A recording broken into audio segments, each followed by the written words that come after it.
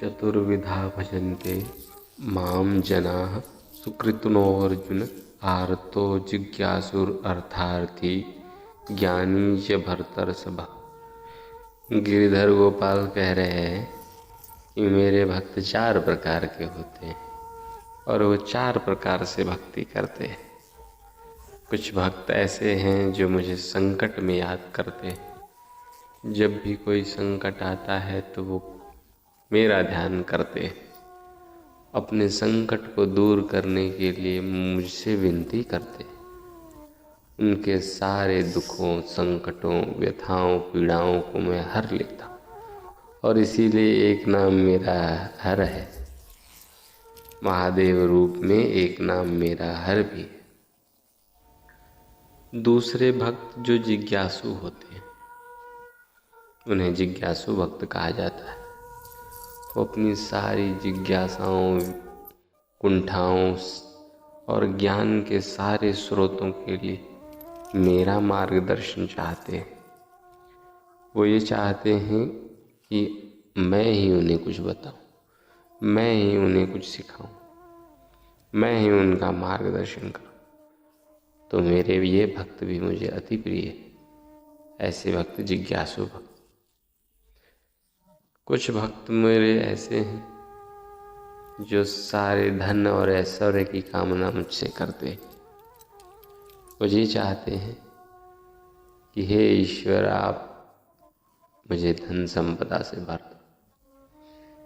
समृद्धि के लिए मेरी पूजा और आराधना करते हैं। उन्हें मैं समृद्धि देता हूँ,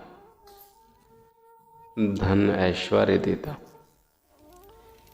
और चौथे भक्त हैं ज्ञानी भक्त,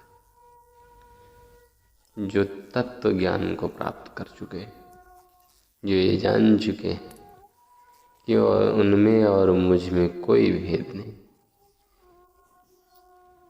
जो भक्ति और भगवान की पराकाष्ठा को पार कर चुके हैं।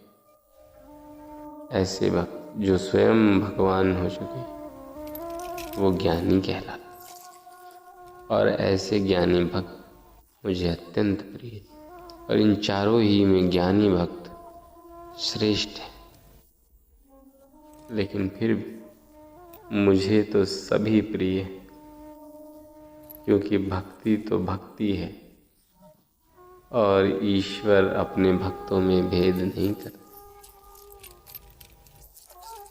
और इसीलिए ईश्वर की भक्ति आवश्यक है। और ईश्वर की भक्ति के लिए भी हम चाहे तो जिज्ञासु भक्त हो सकते हैं। ईश्वर से आराधना कर सकते हैं कि अपनी भक्ति हमें दो, अपना ज्ञान हमें दो। और इसीलिए जब अर्जुन ईश्वर से कहते हैं कि हे गिरिधर, केवल आप ही को आपका ज्ञान है, अपने बारे में हमें विस्तार से बताइए, तो वो सारा गीता का ज्ञान अर्जुन के ऊपर उड़ेल देते और अपने भक्तवत्सल मित्र और सखा को ज्ञान से भर देते। इसीलिए वो ईश्वर को प्रिय भी हैं।